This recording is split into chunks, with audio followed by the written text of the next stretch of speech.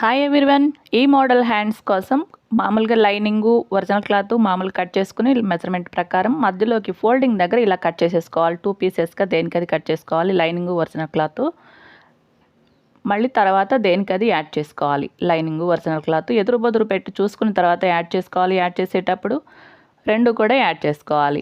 దీనికి blue colour matching వచ్చింది కాబట్టి ప్యాటర్న్ కోసం బ్లూ కలర్ వాడుతున్నాను. ఇది 5 to 6 ఇంచెస్ పెట్టుకుంటే బాగుంటుంది. అంటే మనం ఫ్రిల్ ఎంత కావాలనుకుంటున్నామో హ్యాండ్ మధ్యలో అంత కట్ చేసుకోవాలన్నమాట. నేను 6 ఇంచెస్ పొడవు కట్ చేసుకున్నాను. అంటే వెడల్పు 6 ఇంచెస్, లెంత్ వచ్చేసి మనకి హ్యాండ్ లెంత్ ఎంత ఉందో అంత కట్ చేసుకోవాలి. దీనికి మధ్యలో ఇలా యాడ్ చేసుకోవాలి. హ్యాండ్ 2 పీసులు ఉన్నాయి కదా, ఆ 2 పీసులకి మధ్యలో వచ్చేలాగా యాడ్ చేసుకోవాలి.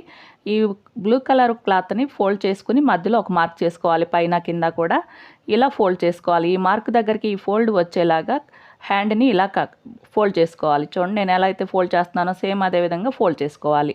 మధ్యలో బ్లూ క్లాత్ అనేది అసలు కనపడకుండా ఉండేలాగా ఫోల్డ్ చేసుకుని కింద ఒక కుట్టు వేసేసుకోవాలి కదిలిపోకుండా.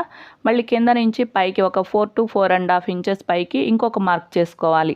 అక్కడ కూడా ఈ రెండు ఫోల్డింగ్ చేసేసుకుని కుట్టు వేసుకోవాలి. చూడండి ఇలా ఓపెన్ చేసుకుంటే మనకి చక్కగా నీట్గా వస్తుంది ప్యాటర్న్ అనేది. ఒక ఫ్రిల్ మాదిరిగా కనిపిస్తుంది. చూడండి ఇలా నేను ఎలా అయితే ఫోల్డ్ చేస్తానో సేమ్ అదే విధంగా పక్కకి ఫోల్డ్ చేసుకుని కుట్టుకోవాలి. పైన ఈ ఫోల్డింగ్ అనేది కదిలిపోకుండా ఉండడం కోసం ఇంకొక వైపును కూడా ఇలాగే ఫోల్డ్ చేసుకుని ఎక్స్ట్రా ఉంటే కట్ చేసేసుకోవాలి. క్లాత్ని మన హ్యాండ్ షేప్ని బట్టి కట్ చేసేసుకోవాలి. చూడండి నీట్గా వచ్చేసింది కదా. ఈ హ్యాండ్కి పొడవు హ్యాండ్స్ అయితేనే బాగుంటాయి. 7 to 8 ఇంచెస్ కింద పైపింగ్ వేస్తున్నాను. అంటే థ్రెడ్ వేయకుండా ఓన్లీ క్లాత్తోనే కుడుతున్నాను అనమాట. కొంచెం పైపింగ్ కన్నా కొంచెం బొద్దుగా వస్తుంది. ఇలాగూ కొంచెం కనపడుతుంది అనమాట. పైపింగ్ కన్నా కొంచెం బొద్దుగా కనిపిస్తూ ఉంటుంది. దానికోసం థ్రెడ్ వేయకుండా ఇలా వేసుకుంటే చాలా నీట్గా ఉంటుంది, అందంగా ఉంటుంది. బ్లూ తక్కువ ఉంది కదా, అందుకని చెప్పి పైపింగ్ వేస్తున్నాను. షోల్డర్ దగ్గర అంటే హ్యాండ్ మధ్యలో ఏ క్లాత్ అయితే వాడానో ఆ క్లాత్తో పైపింగ్ వేసాను. చూడండి పైపింగ్ వేసాక బాగుంది నీట్గా. ఈ మధ్యలో 4 మార్కులు చేసుకోవాలంటే ఇక్కడ బీడ్స్ వేస్తానన్నమాట.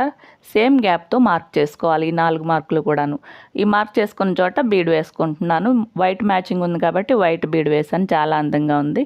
చూసారా, బీడ్స్ వేసాక చాలా అందంగా ఉంది. వీడియో నచ్చితే తప్పకుండా లైక్ చేయండి. ఒక కామెంట్ అయితే పెట్టండి. లైక్ చేసి కామెంట్ చేయటం వల్ల ఇంకా ఎక్కువ మందికి షేర్ అవుతుంది, నాకు యూస్ఫుల్ అవుతుంది. ప్లీజ్ లైక్ చేయండి, కామెంట్ పెట్టండి. ఛానల్ని సబ్స్క్రైబ్ చేసుకోండి. Thank you for watching.